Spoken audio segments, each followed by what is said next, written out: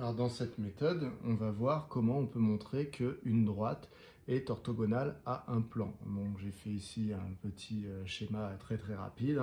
Donc on a la droite delta 1 ici, on a le plan P ici.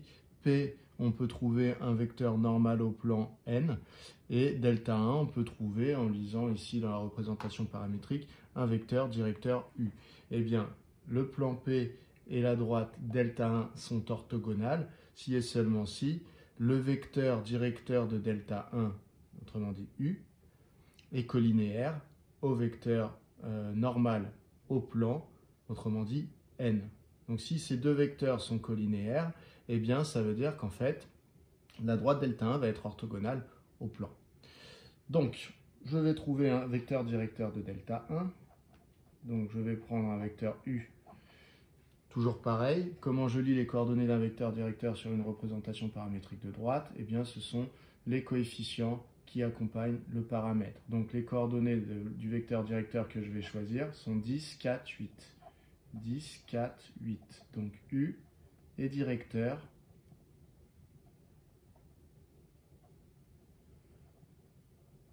de delta 1. Ensuite, pour lire, donc là, j'ai le vecteur rouge. Pour lire les coordonnées du vecteur normal n, eh bien, ce sont les coefficients qui accompagnent le x, le y et le z dans l'équation cartésienne du plan P. Donc n qui a pour coordonnées 5, 2, 4, 5, 2, 4 est normal au plan P.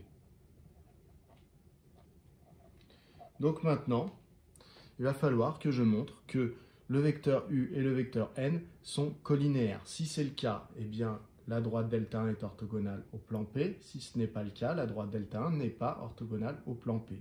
Alors, pour montrer que les deux vecteurs sont collinéaires, il faut que je trouve leur relation de collinéarité, c'est-à-dire, à savoir, un vecteur est égal à un certain nombre de fois l'autre vecteur. Alors ici, c'est assez évident. Je peux m'apercevoir que si je prends les coordonnées du vecteur n et que je les multiplie toutes par 2, eh bien j'obtiens les coordonnées du vecteur u. Je peux donc dire que le vecteur u est en fait égal à 2 fois le vecteur n. J'ai donc prouvé que u et n étaient collinéaires et que le coefficient de collinéarité qui les reliait ici dans ma relation, c'est 2. Donc, si U et N sont collinéaires, c'est que la droite delta 1 est orthogonale au plan P. Donc, U et N sont collinéaires.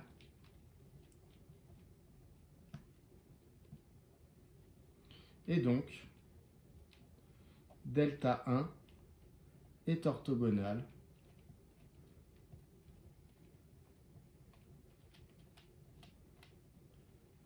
au plan P. Voilà pour cette méthode.